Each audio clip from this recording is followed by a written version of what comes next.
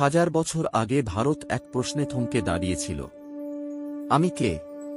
এই একমাত্র প্রশ্ন থেকেই জন্ম নিল ভারতীয় দর্শনের সবচেয়ে গভীর পথ, অদ্বৈত বেদান্ত। অদ্বৈত বলে, ব্রহ্মই একমাত্র সত্য, জগৎ মায়া, আর জীবই ব্রহ্ম।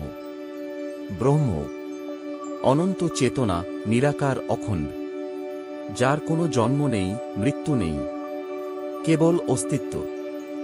আর এই জগৎ, যা আমরা দেখি, অনুভব করি, সেটা শুধু আপেক্ষিক সত্য, স্বপ্নের মতো, মরীচিকার মতো। দেখা যায়, অনুভব হয়, কিন্তু পরম সত্য নয়। মায়া ও অবিদ্যা আলাদা ভাবার কারণ। তাহলে আমরা নিজেদের আলাদা মনে করি কেন? কারণ মায়া আর ব্যক্তিগত স্তরে অবিদ্যা। এই অবিদ্যাই আমাদের দেহকে আমি বলে ভাবায়, সুখ দুঃখকে বাস্তব করে তোলে, যেন মেঘ আড়াল করে রাখে সূর্যকে। সূর্য আছে, কিন্তু দেখা যায় না। আমাদের ভেতরের সেই ব্রহ্মসত্তাও তেমন, সদা উজ্জ্বল, কিন্তু অবিদ্যায় ঢাকা। অদ্বৈত স্পষ্টভাবে বলে, মুক্তি আসে জ্ঞান দ্বারা, শ্রবণ উপনিষদের সত্য শুনে, মনন যুক্তি দিয়ে বুঝে, নিদিধ্যাসন গভীর ধ্যানে একাত্ম হয়।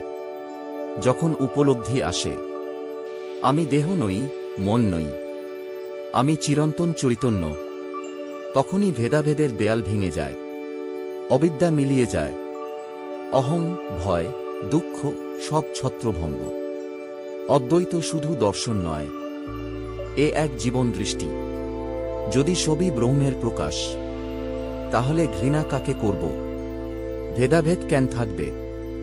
সবাই তো একই সত্তার অংশ, একই আলোতে দীপ্যমান। অদ্বৈত শেখায়, শান্তি বাইরে নয়, শান্তি আছে ভিতরের নিস্তব্ধ চৈতন্যে, যেখানে নেই প্রতিযোগিতা, নেই ভয়, শুধু একত্ব।